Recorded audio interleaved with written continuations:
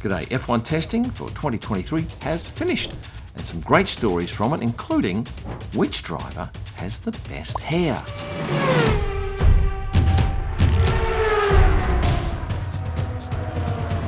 Not many people get to go along to F1 testing, and I spent 3 full days there. They're 13, 14 hour days, lots of on-track action, lots of great accessibility to drivers in the paddock because there were hardly any people there. A lot of the teams only had half their normal quota of crew, and that meant it was far easier to get good shots of drivers, team principals, and other important others. And I'm going to share some of my stories with you today. Now, my biggest post, I think, well, certainly one of my biggest on the second day, which was Friday, was this innocuous post of Logan Sargent.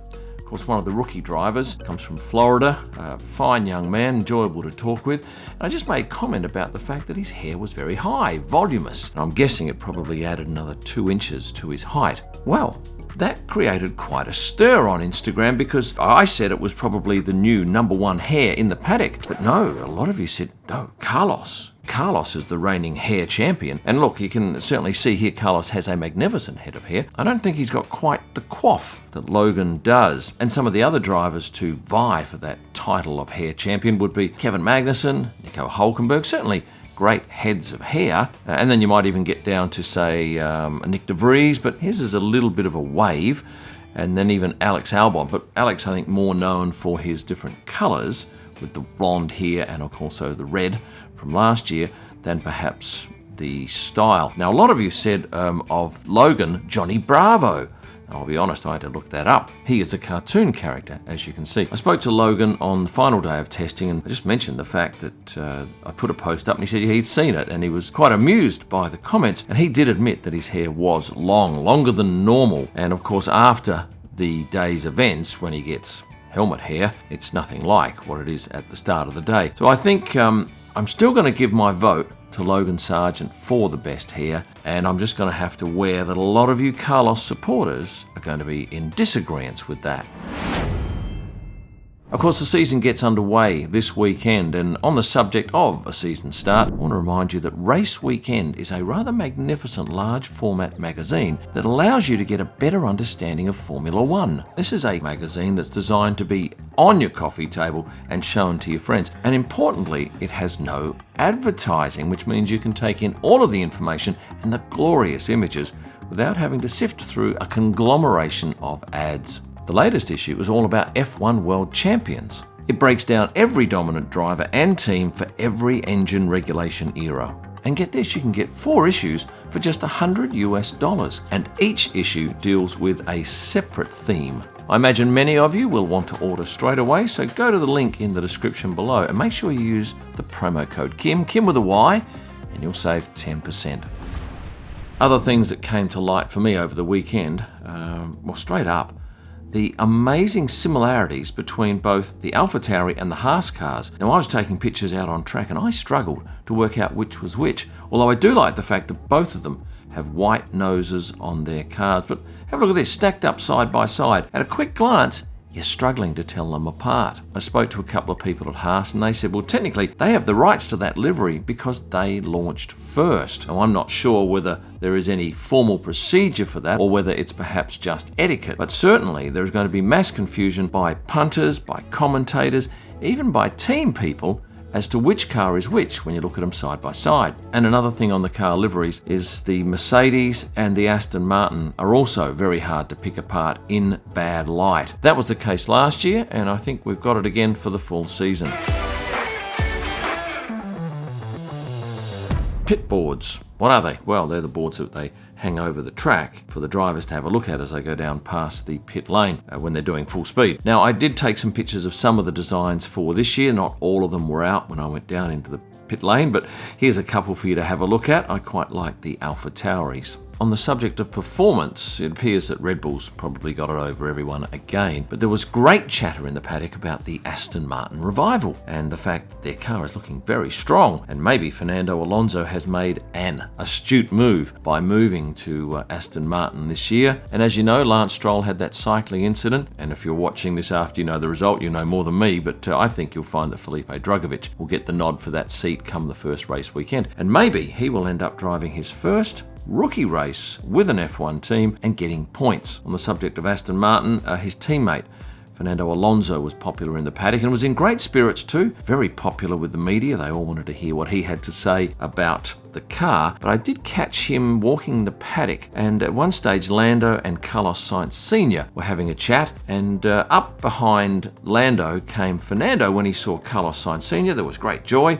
Lando took off, and then a big hug from Fernando, and just alongside them was Jean Alesi. So without warning, Fernando's just grabbed both of the guys and turned them towards me and just smiled for me, that's a dream to get a photo like this with three well-known F1 celebrities. Well, Carlos Sainz Sr. is not really F1, but a world rally champ, and I was certainly happy to take this magnificent photo.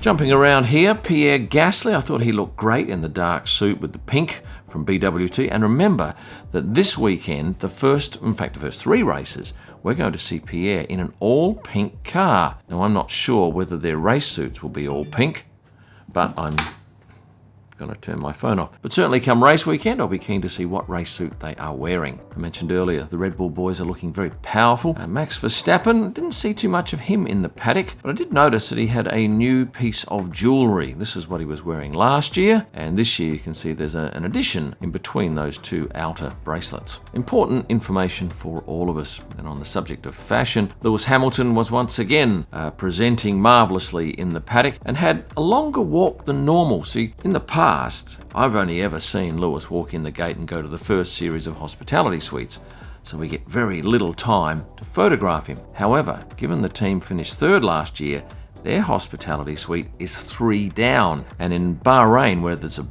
big paddock, that meant a long walk. My favourite outfit of his over the 3 days was the one he wore on the Saturday, and I didn't realise this obviously until he got past me and I turned around, because I often make the mistake of not shooting the rear of these outfits, but when I did, you can see there's a skeleton imprinted on the denim jacket. His ex-teammate, Valtteri Bottas, was in fine form. We had numerous chats this weekend, and Valtteri told me he is going to Adelaide the week before the Melbourne Grand Prix, and he's going to take part in the Adelaide Motorsport Festival, which I gather is the equivalent to something like a Goodwood Festival in Britain. Now, I mentioned to Valtteri that he is very quickly becoming an honorary Australian, and I hinted to him that perhaps an Adelaide marriage might be on the horizon. We'll wait and see. He's certainly very taken with Tiffany, and certainly taken with the Australian lifestyle.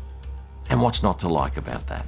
You've probably read that there were a number of dramas in McLaren over the reliability of the car and some of the parts, and certainly their performance. So I'm thinking there will be some challenges to be overcome by both Lando Norris and Oscar Piastri, who had a new face with him alongside him. His trainer this weekend, this 3 days for testing, was Perth boy, I think, Callum Repper. And Callum was standing in for Kim Keedle, who is his normal trainer, and Kim will be back for the first race. So one Aussie replacing another Aussie. Oh, and there's another Aussie trainer too, brand new, Ben Jacobs, who used to play, now was it rugby league? Yeah, I think it was rugby league. Yes, he used to play rugby league at the top level in Australia.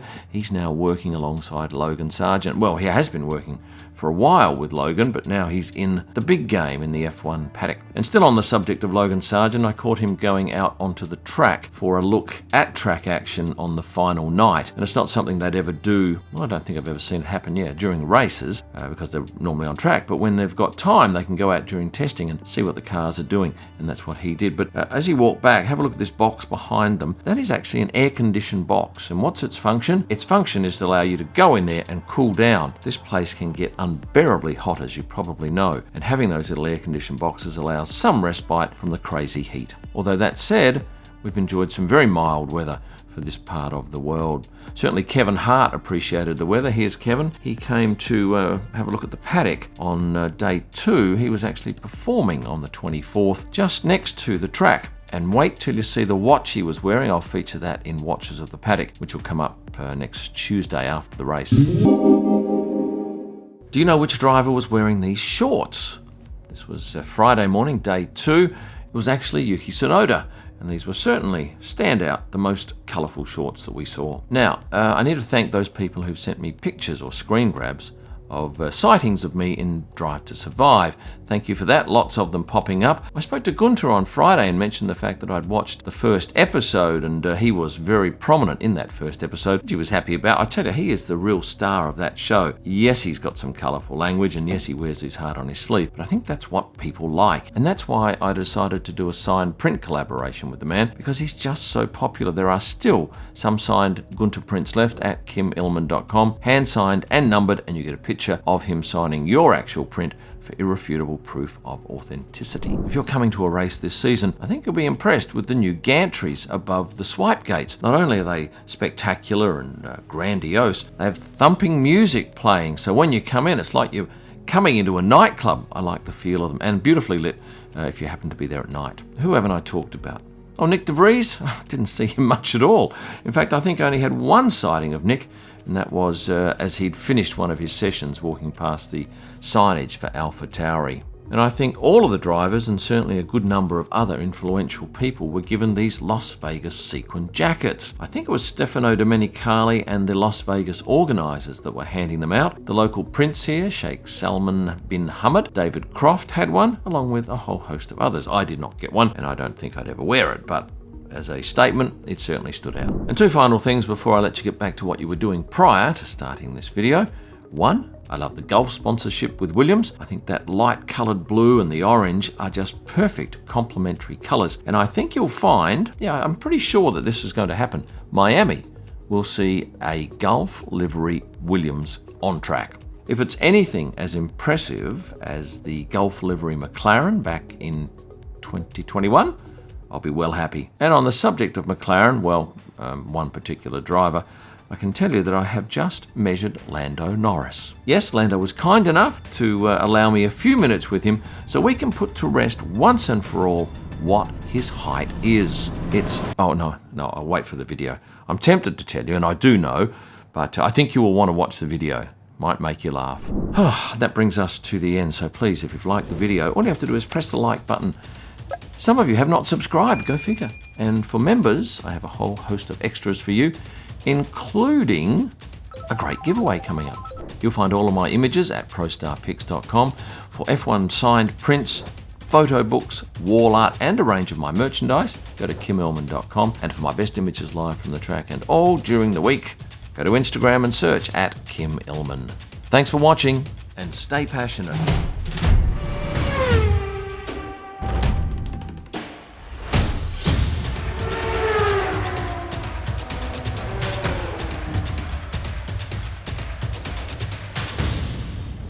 And for my best images live from the track, head to Instagram. No, what the f am I doing?